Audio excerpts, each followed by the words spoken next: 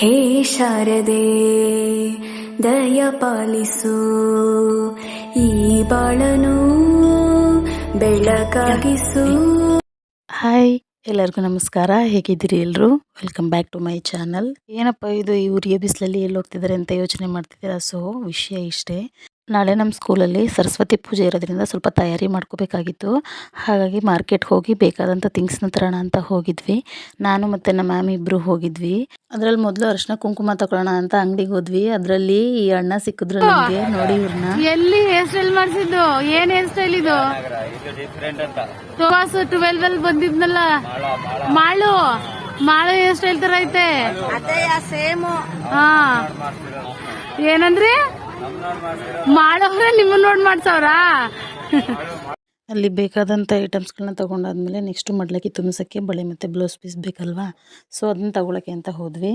ಅಲ್ಲಿ ತಗೊಂಡು ನೆಕ್ಸ್ಟು ಎರಡಕ್ಕೆ ಬೇಕಿತ್ತಲ್ಲ, ಮತ್ತು ಅಲ್ಲಿಗೆ ಹೋದ್ವಿ. ಅವಜ್ಜಿ ಬರೀ 4 ಹೋಳಿಗೆ ಕೇಳಿದರೆ ಪೂಜೆಗೆ ಅಂತ ಕೇಳಿದ್ದಕ್ಕೆ 5 ಹೋಳಿಗೆ ಕೊಟ್ಟರು ನಮಗೆ, 1 ಹೋಳಿಗೆ ಫ್ರೀಯಾಗಿ.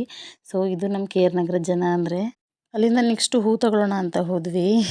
ಇವ್ರು ನಾವು ಯಾವಾಗ್ಲೂ ರೆಗ್ಯುಲರಾಗಿ ಮನೆಗೇನಾದರೂ ಹೂವು ತೊಗೋಬೇಕು ಅಂದರೆ ಇವ್ರ ಅಂಗಡಿಗೆ ಹೋಗೋದು. ಇವ್ರ ಹೆಸರು ರಾಜು ಅಂತ. ಸೊ ಅವ್ರ ಹತ್ರನೇ ಹೂ ತಗೊಂಡು ಮುಂದೆ ಫೈನಲಾಗಿ ಹಾರ ಒಂದು ಬಾಕಿ ಇತ್ತು, ಅದನ್ನು ತಗೊಳ್ಳೋಣ ಅಂತ ಹುಡ್ಕಾಡ್ತಿದ್ವಿ. ಅಲ್ಲಿಂದ ಮುಂದೆ ನಮ್ಮ ಮ್ಯಾಮ್ ಆ ಕಡೆ ಇದೆ ಬನ್ನಿ ಹೋಗೋಣ ಅಂತ ಕರ್ಕೊಂಡೋದ್ರು ನಾನು ಮಾರ್ಕೆಟ್ ಅಷ್ಟಾಗಿ ನೋಡಿರಲಿಲ್ಲ. ಹೋಗಿ ಅಭ್ಯಾಸ ಇರೋದ್ರಿಂದ ಬನ್ನಿ ನಾನು ಕರ್ಕೊಂಡು ಹೋಗ್ತೀನಿ ಅಂತ ಹೋಗ್ತಾಯಿದ್ರು. ಸೊ ಅಲ್ಲಿ ಹಾಗೆ ನಾವು ಫೈನಲಾಗಿ ಒಂದು ಹಾರನೂ ತಗೊಂಡ್ವಿ. ನೋಡಿ ನಮ್ಮ ಮ್ಯಾಮ್ನ ಹೆಂಗೆ ವ್ಯಾಪಾರ ಮಾಡ್ತಿದ್ದಾರೆ ಅಂತ. ತಗೊಳ್ಳುವಾಗ ನನಗಂತೂ ನಕ್ಕು ಸಾಕಾಗೋಗಿತ್ತು. ಹಾಗಾಯಿತು. ಫೈನಲಾಗಿ ನಾವೆಲ್ಲ ಸಾಮಾನು ತಗೊಂಡು ಹಾಗೆ ಬರುವಾಗ 1-2 ಸಮೋಸ ತಿನ್ಕೊಂಡು ಬಂದ್ವಿ. ಇದಾಗಿತ್ತು ಇವತ್ತಿನ ದಿವಸ. The next day.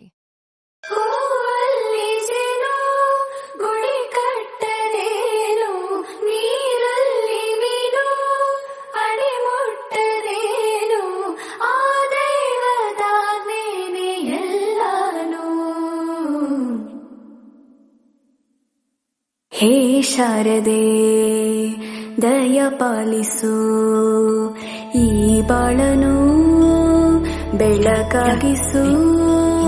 ಹೇ ಶಾರದೆ ದಯ ಪಾಲಿಸು ಈ ಬಾಳನು ಬೆಳಕಾಗಿಸು.